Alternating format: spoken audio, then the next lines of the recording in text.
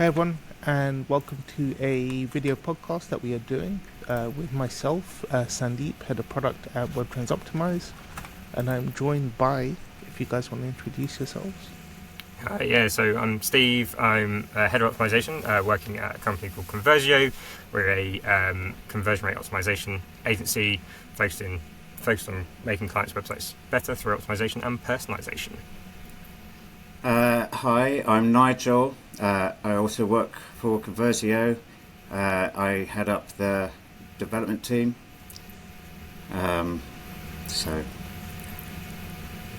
Cool. Thank you guys. And we have a very interesting topic today, all around personalization, which in itself probably means many things to many people. And I think that'll probably be a good place for us to start, guys. So what the bloody hell is personalization all about? Who wants to go first? I can go first. I think personalization is one of those buzzwords you hear consistently from CEOs all the way through to the businesses of, we work with or want to do personalization, and I don't think anyone really knows what that means and how far that can stretch. Fundamentally, it's getting back to its core. It's serving different experiences, different messages, different content potentially to different user groups. This is very basic and it sounds really easy to do. Let's do it tomorrow. But I think the problem with that is, where do you start? And that's kind of what hopefully we can cover today in our ideas. But yeah, personalization shouldn't be as difficult as I think it becomes in businesses, and as difficult. But yeah, that's my thinking of personalization. Yeah, I'd agree with that. I'd say maybe it's a bit of a sliding scale with regards to the user groups you're talking about. At one end of the spectrum, you've got the individual user, which I think some people think personalization needs to be unique to the user. I think in reality it's not. It's more about segmentation and about user groups. Yeah, I think for us, when we look at personalization, it's almost trying to readdress a very poor way most people have dealt with their websites to date.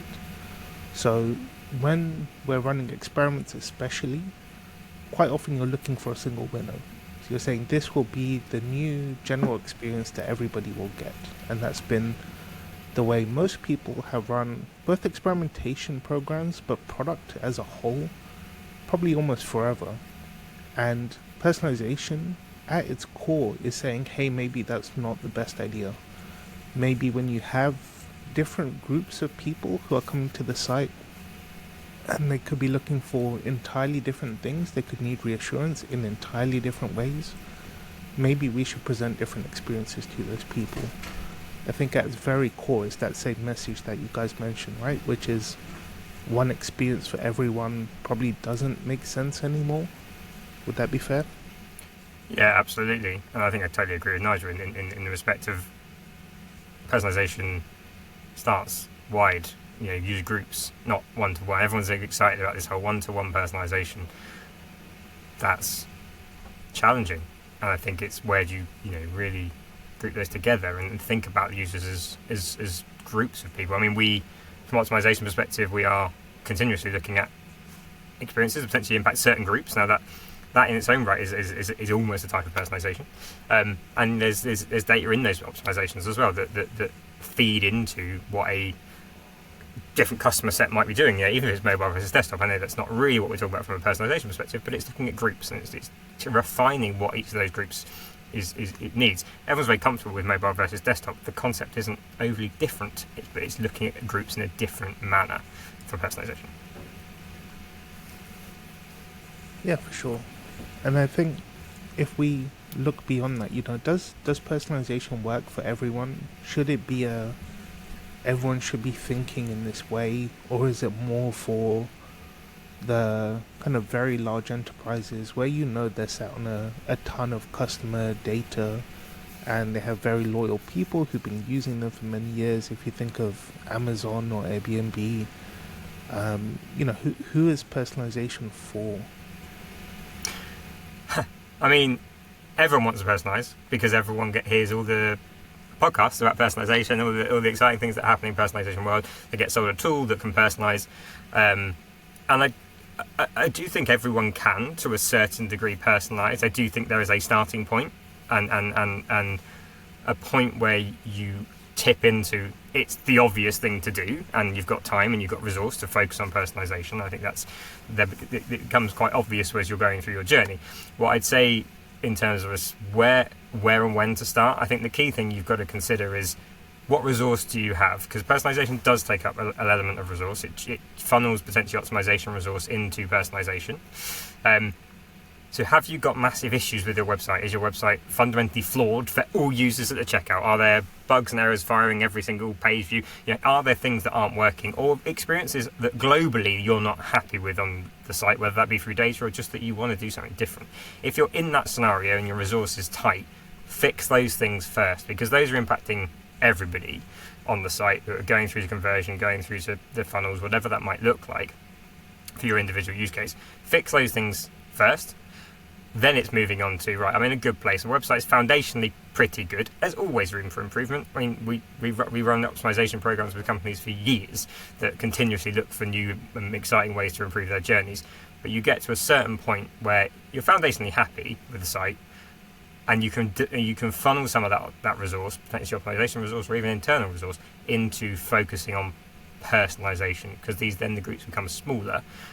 Doesn't mean the opportunity is smaller than focusing on the whole group. That's what you're trying to do. But I do think it becomes about get yourself, and I'll kind of talk through this quite a lot in this session, is get yourself foundationally happy, comfortable with the data that you've got, because otherwise you're going to be wasting time and energy pumping it into things that just won't do as well from a personalization perspective.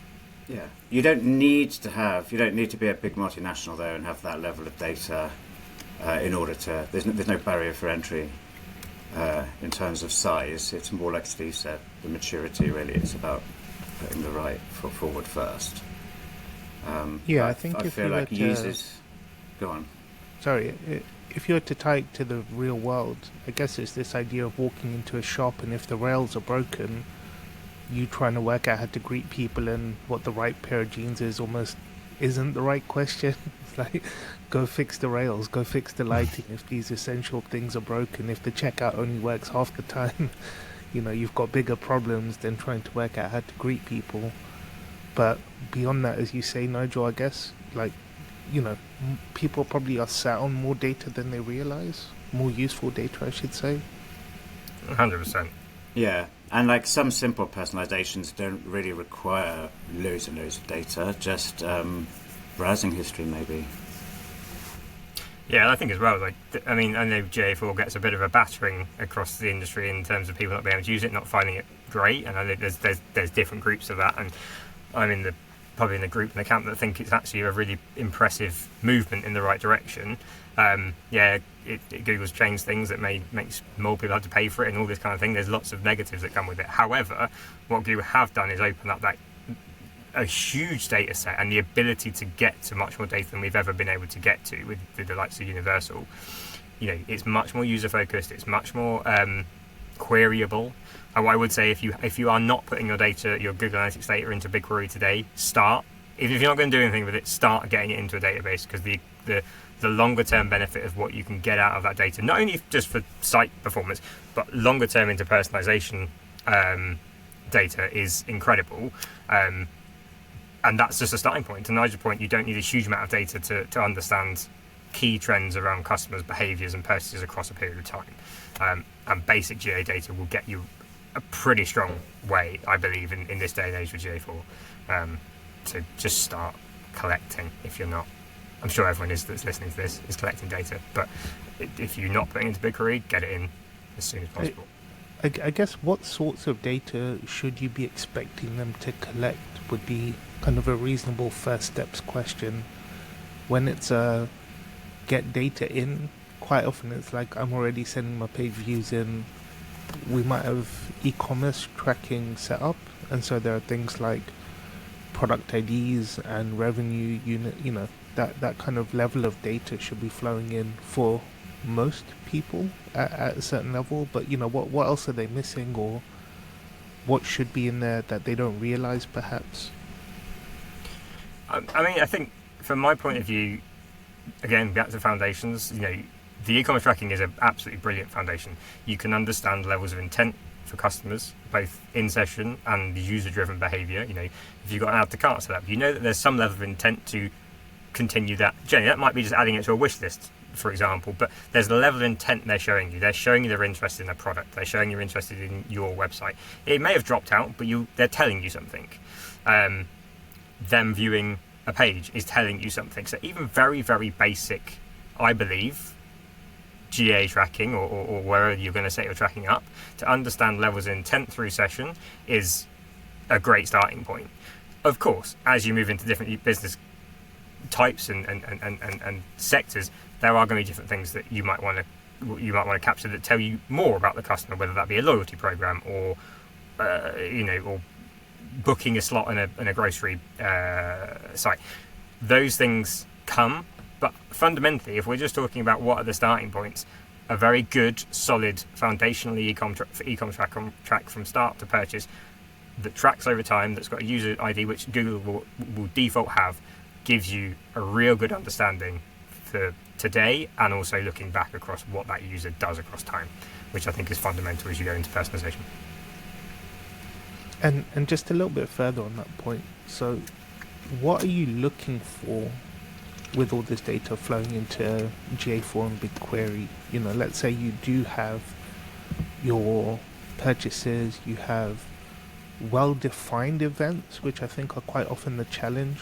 People might have just generic click tracking on, and you understand here is a URL someone clicked through to, but the semantics of that URL may be lost. But let's say that data is all flowing in for the lens of getting started with personalization. What is it that they're trying to figure out or look for once that data is there?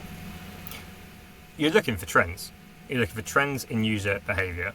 And this is where there's a shift in mindset from optimization to personalization. They're fundamentally, we come to this at some point, they're fundamentally the same thing.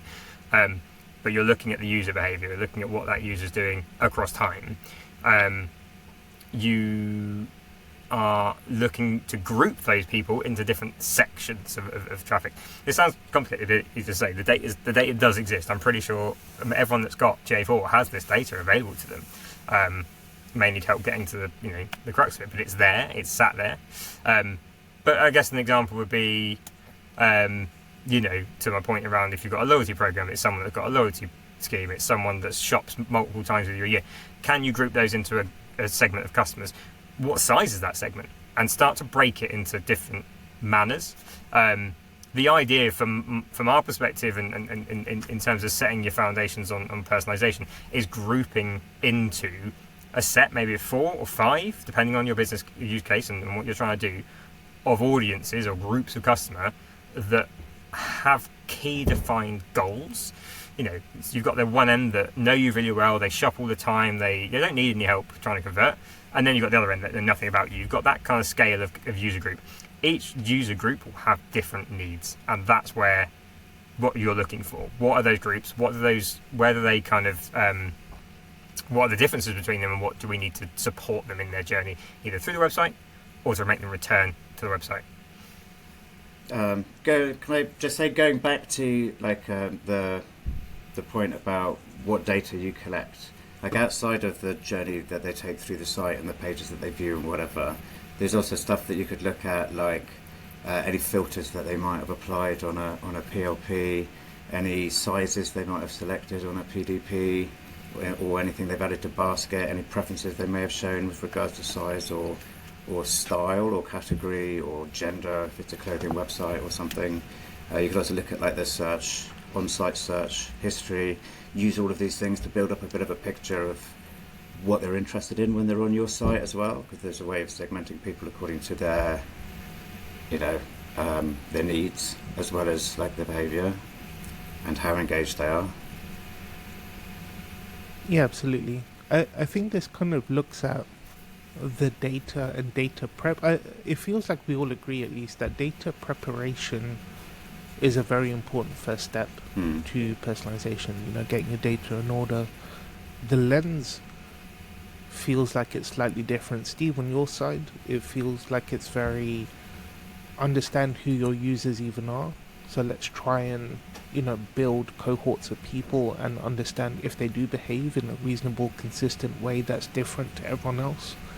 If it's exactly the same, there's not much you can do with them that's special or unique. If it is different, that at least shows they're after something that is out of the ordinary. They have needs that are different, and therefore we can do something a bit more interesting with them. So I think your lens feels a lot more like defining the people. Nigel, yours, and I guess mine as well, is looking more at how you mobilize. So it's saying, if you were to go and run an experience to these people, what do you need to do? And if you were to think about segmenting people, what would be useful? So Nigel, you mentioned size, for example. Most websites do a terrible job of showing you products that fit you, and people so rarely click on filters, but they will expose their sizes over time. And the thing I hate the most, so it happens so often, you'll express your size somewhere, be it in a filter or somewhere else. The next page you click on, that information's lost entirely, right? So the website's not remembering anything at all about you, despite you being very clear and saying, I am a size XL for this jumper. Okay, but we've forgotten about it the next page that you load. And having a good data strategy where you just pull all of this very useful information into a single concise place that you can look up, I guess is a very important first step. And Nigel, it sounds like you've done a fair bit of this where it's scanning, I think, your e-commerce examples were your main ones, right? Where you're kind of looking across a journey and figuring out what you can even tag. We've done a lot of experiences around the way people interact with filters on PLPs before, both in terms of just trying to make the PLP filters a bit easier, surfacing them a bit more, getting people to interact with them, and remembering as they move through the site, maybe they view another PLP, pre-applying those filters with the option, of course, for them to switch them off and clear them. So yeah, we have done work like that before with our e-commerce sort of clothing clients. Awesome. I think another very interesting part, and Steve, maybe this is a bit more in your wheelhouse, is justifying the need to personalize at all. And in the world of running experiments, which is the core thing, I guess, that we do with our day, if we were to collect a few bits of segmentable information, so if you're running a test on a PLP, as you say, Nigel, for example, could we just capture what the actual category is that the test is running on and the person's browsed into? If it's a film, could we capture the genre or the artist or the age range? If it's something else, can we capture UTM params and figure out what campaigns people are coming in on? These very easy things to capture up front should allow you to go and segment your results. And again, I guess, Steve, to your point, we're looking for differences, right? So if you were to capture these as part of your test, are these things you would then look at segmenting as well to help with that day one justification of here is why you should personalize? We found someone who hates this, like they need something else, and it's hurting your test. Is that the sort of thing you come across often? 100%. I mean, from a test perspective, you're always looking at, one of the things we do all the time is tracking interactions. Often clients don't have content squares and all the rest of it to tell them exactly what people are interacting on. So we're doing a lot of tracking of interactions and breaking that back. Okay, well, you've got a test to Nigel's point, they're coming into the PLP and they're engaging with filters. That group of customers, that subset of customers, are probably going to behave as very differently to the people that do. Maybe that's conversion, maybe that's AOV, maybe that's page time on page. There's huge wealths of data just in that. Once you've got a test, you've got core data behind that. So everything we do will come back to data, and everything I believe needs to come back to data, whether that be personalisation or optimization. And fundamentally, the reason I always want to start with users and the data is to tell you where to start. Now, it might be that you go down let's just say new customers, because it's an easy one to go, the new customer route, and you know that they're much more likely to bounce on these PDPs. You now have a piece of insight that you can shift into engagement for new users. It's all about making sure, for me, we know this personalization doesn't have huge teams behind it, and people don't know where to invest the time potentially. The key thing, whether that be using, to your point, in-session behavior on filters and engagement, is there a use case for personalization that will drive additional revenue, additional income, additional, engagement on the site, whatever the KPIs that you are putting behind as a business for personalization. The goal fundamentally is, how do you do more of that? So if we're going after a segment of customers that say 1% engage on filters, let's not look at them. Let's look at someone that is adding to cart. Is that, if that's 20%, 15%, there's a bigger group here that we can influence. So the in-session behavior, absolutely, you drive into where the opportunity is, and you need the data for that. And that's kind of the same thing. I agree with you. The views are slightly, where the starting point is slightly different in terms of behavior versus potentially lifetime value. But fundamentally, the approaches are the same. Understand as a good level your data, so that you know where to focus your energy. Because it's very easy, I think, on personalization to go, right, I'm going to do this really cool experience and personalize this for this person that does this on this behavior and shops on a Wednesday. And great, there's loads of cool things you can do on all the tools as there is on Webtrends. But where is the opportunity? As we would do with optimization, look at your data, understand the opportunity area, and personalize it. Is probably the key thing, whether that be by user, by session. It's ultimately this, it's finding the area of opportunity. Your point feels like it goes back to a core principle of testing almost. Yes, you could show things to people who are cold in London on a Wednesday if you wanted to, but if you can't prove the value of what you're doing there, and for anyone who's ever run an A/B test, being able to prove the value of a segment that's slim is something you wouldn't even try to do. Yeah. It's almost not worth looking at as a day one practice, but you're looking for large groups of people who move in a consistent way that's a little bit abnormal, and therefore you've got a group of people who are very well defined that you can go after. I guess that's the key thing for that day one is definition, right? Can we put a very tight circle around someone so we can drag them in a particular way that we want to? Yeah, fundamentally, and optimization and personalization are the same. Well, at least they should be. We shouldn't be putting personalized experiences live to people that don't work. So you're going to test them all, in theory, hopefully through a tool like Webtrends. You'll be testing that experience. So you're kind of, it's how you're looking at it. You're obviously looking at segments, and I think it's that balance between what's a segment and what's personalization. Everyone's segmenting their audiences by device and new versus returning. Everyone's doing segmentation, but then we talk about personalization, and I think that's where it's an interesting kind of terminology piece. And segmentation generally is bigger, wider audiences, of course. Doesn't mean you can't personalize for a segment. And as you go, you get thinner and deeper and more insight that you can get closer and closer and closer to one-to-one personalization as you go. But absolutely, optimization, you need to optimize your personalization. It's the same, well, my view at least, is it needs to take the same approach. You hopefully aren't rolling out a big old personalization that you don't test and really hurts your loyal fans. So they are, maybe the starting point is slightly different. You're looking for groups, but they're the same. Maybe that's the journey through maturity of a client as well, like making these segments a bit more targeted, a bit more defined and smaller. So you start off doing A/B tests that's pretty much site-wide, and then as you learn more about the way people are behaving, you can refine those segments until ultimately you end up at this holy grail of one-to-one personalization. And it's like almost a measure of maturity, maybe, if you have the capacity to do that.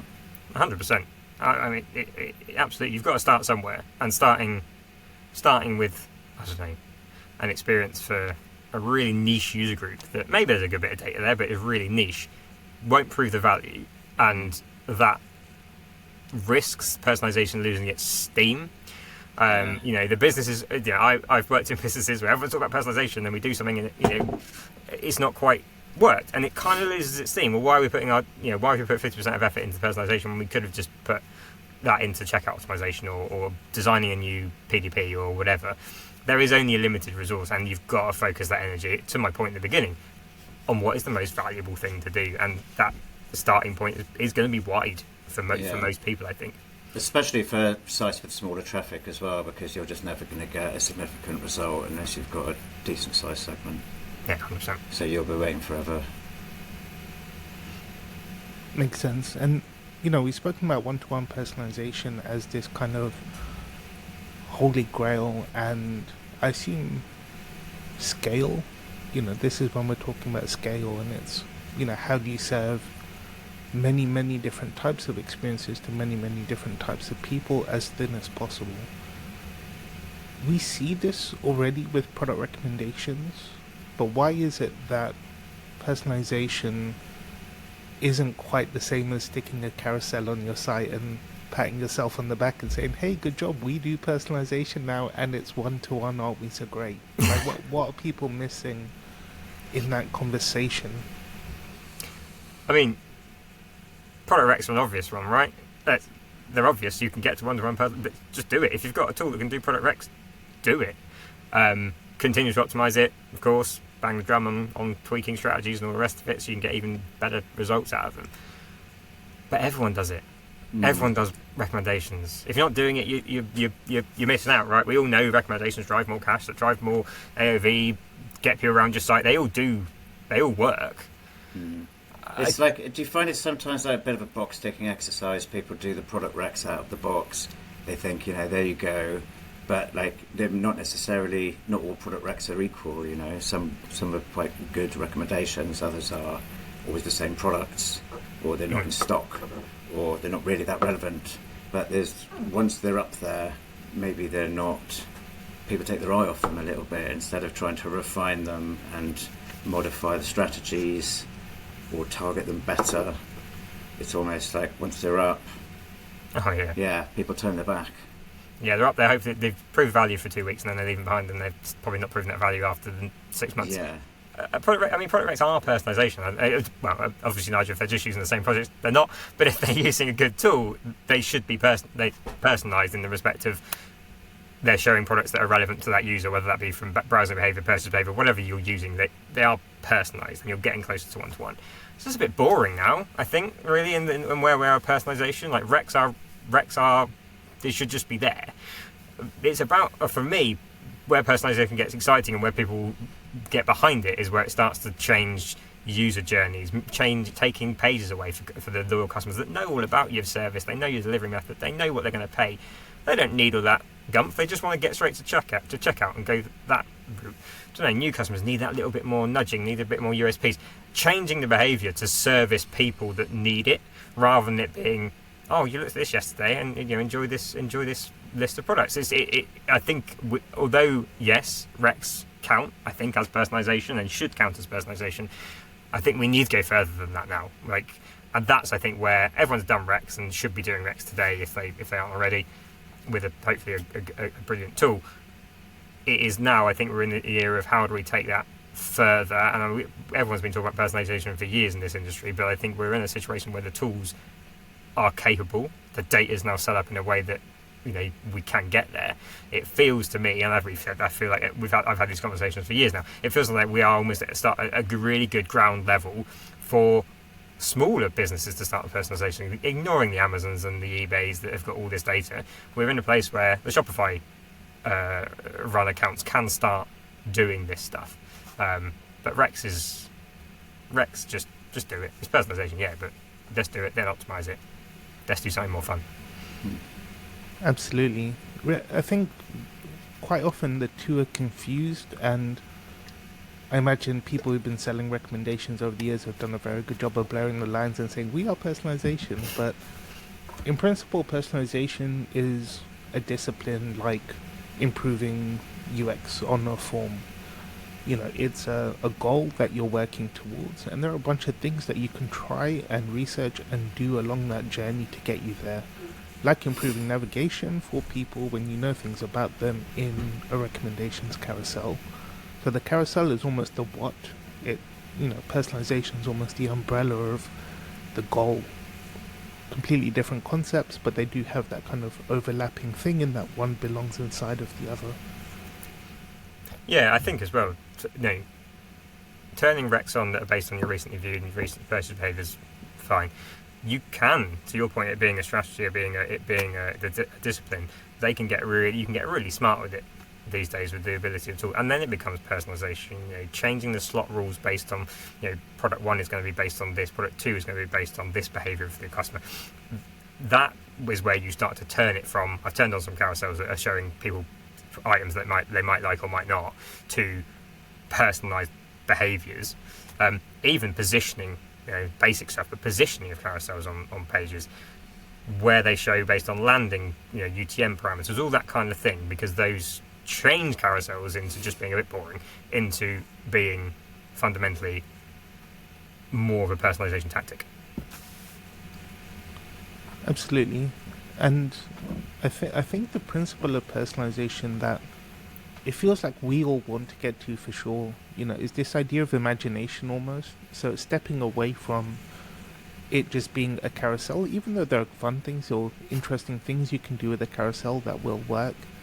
But it's almost the imagination beyond this one very small box on your PDPs, and it's saying if we take the entire website as a whole, most of the time, and this is a really good kind of justifying the use case exercise that most people can do on a day one, is just take any site, take a homepage, and just say, for my well-defined cohort of users, how much of this page is actually relevant to them, and just put red or green boxes around the page. And at the end of that process, what you'll find more often than not is 80% plus of a page is not relevant to that audience, despite them being large enough that they should have an experience that works for them. And you could go and tackle any part of a journey, be it the homepage, be it the checkout. We've run some great tests in the past where you'll say, these are business travelers looking at railway tickets. We know they are. What kind of a seat do you want if you're a business traveler? You want one with a plug and a desk, because you're going to be working, you're traveling in the middle of the day. This is of course how you'll be spending your time, and there's no reason to ask you. You can just make assumptions and skip over all these steps. So I think it's this exercise of imagination that is kind of missing from the conversation of personalization a lot. It's not just one page, it's not just one box, it's looking at the entire journey and every part of every page and saying what's relevant, what isn't, and what do you do about it, I guess. Would that be fair? Totally fair. I think it comes back to the needs of that person. They are going to be different, whether that be, to your point, a business travel. I think hospitality is a really interesting sector for this. We've done personalization like this before. It's such a different purchase to a traditional e-com purchase, obviously. So not only is there needs within the understanding of a basic level, but why you're traveling with kids, you're traveling with pets, there's a huge level of interest there. So no, absolutely, it's about trying to get to the grips of, and this is imagination, ideation comes into play. What do we believe their needs as a user group is? You can obviously deploy user research at this point as well. Do some user research. Really quick ways of doing that these days. For very little spend of running, unmoderated tests through user groups based on some data, based on some conditions. Understand the needs of these audiences that you're looking for, and fit experiences and ideation behind that. So think wide. Think it's endless, to be honest with you. And to be honest with you, I think when I think back to when I started trying to personalise in other businesses, it's the endless opportunities that almost throw people sideways, and then you end up back on what the thing that you can do, which is Rex or a banner with someone's name on it, which is fine, but you end up there because the possibilities are so endless, and that's why you need to get to a focus point, a focus group or focus goal or whatever it is, so that you can align behind it, as a business, as an agency, whatever, so that you're trying to achieve something, rather than just getting lost in everything. But it's just finding that need, and attach a KPI to it, seeing how if you're doing good or bad. Makes sense. I think that more or less covers the key things that we wanted to talk about as far as getting started with personalization is concerned. We've been through what is it, and just putting some color around that to begin with. but also then, how do you get started, data, but from a couple of different perspectives and viewpoints on the data, justifying the use case, and of course the big wide world of what you could then do once those initial day one things are in check. I guess, were there any other final points or principles you guys want to get across around personalization and that kind of getting started bit that, yeah, people could do with knowing or thinking about? I just wanted to say, like, in terms of actual steps, if the first step is about data collection, it would start with an audit. I'm not sure if we sort of mentioned the actual practicalities of that, what that step looks like. But you'd have to do an audit to check that you're collecting everything that you can be collecting, but also you need to verify that data. Just so many times I've seen people setting up events and just like blindly trusting them, and then like way down the track you realize that in certain scenarios the events aren't firing, or maybe they're firing twice and you're not accounting for them. So definitely like sense check all of that data first, because it's the foundation that you're going to be working with, and if you miss anything at that stage you might not notice until you've wasted a load of time. Yeah, just wanted to make that point really, and make sure that you're compliant if you're going to start to collect loads of data and you're not doing it already. Become compliant if you're doing it already. Yeah. Yeah, just that point really I wanted to make. But I think we did a good job of covering most things. Cool. And Steve, was there anything? It looks like your audio may have cut out.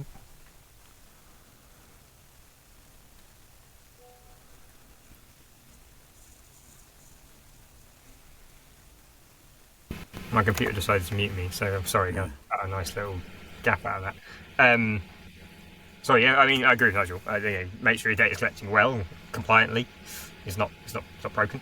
I'm going to bang the drum again for getting it somewhere. That could be GA4 into BigQuery, that could be whatever platform you're using. Making sure you can access it and break the data down. Don't just rely on the UI of whatever tool you're using. If you can get it into a database that can be queried by someone with the skill set, great. I mean, let's not forget as well, we're in a world with AI and ChatGPT and that can write SQL queries for you now.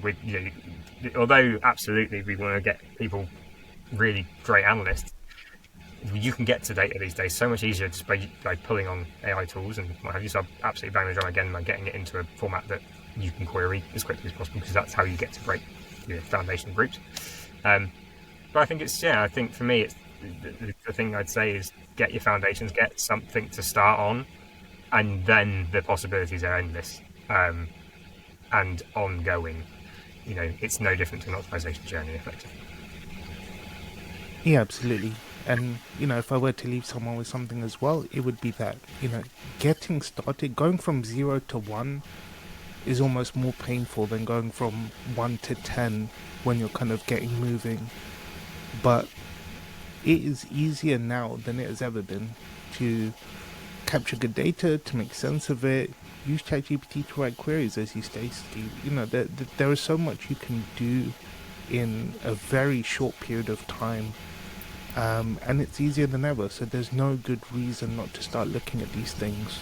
And on the flip side of it, the biggest uplifts I've ever seen are from personalization projects, where you're increasing conversion by 30% for people who just had a shockingly poor experience before, and because you're able to put a box around them, you could do something about it. So yeah, absolutely, I think getting started should be the focus. And on that point, this podcast was kind of a teaser for a future event that we're looking at between both ourselves at Webtrends Optimize and the guys at Conversio.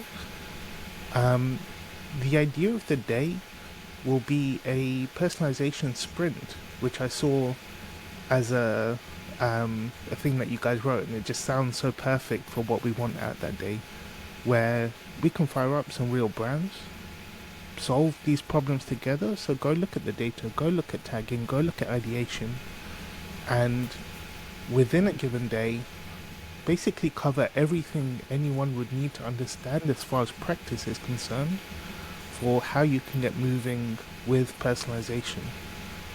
So if this kind of a day feels useful, helpful, relevant to you, give us a shout. We will be advertising exactly how you can sign up and get involved on the day, whether it's to be a guinea pig and walk away with a bunch of great ideas, or just to take part in general if data and sharing and that kind of thing's a bit more challenging. So yeah, just from ourselves and the guys at Conversio, look forward to joining you on that future event if what you've heard here has been helpful. Second that. It's been good talking. Hopefully we've said something of interest and use. It's a fun topic and it's very wide ranging, but good to talk it through.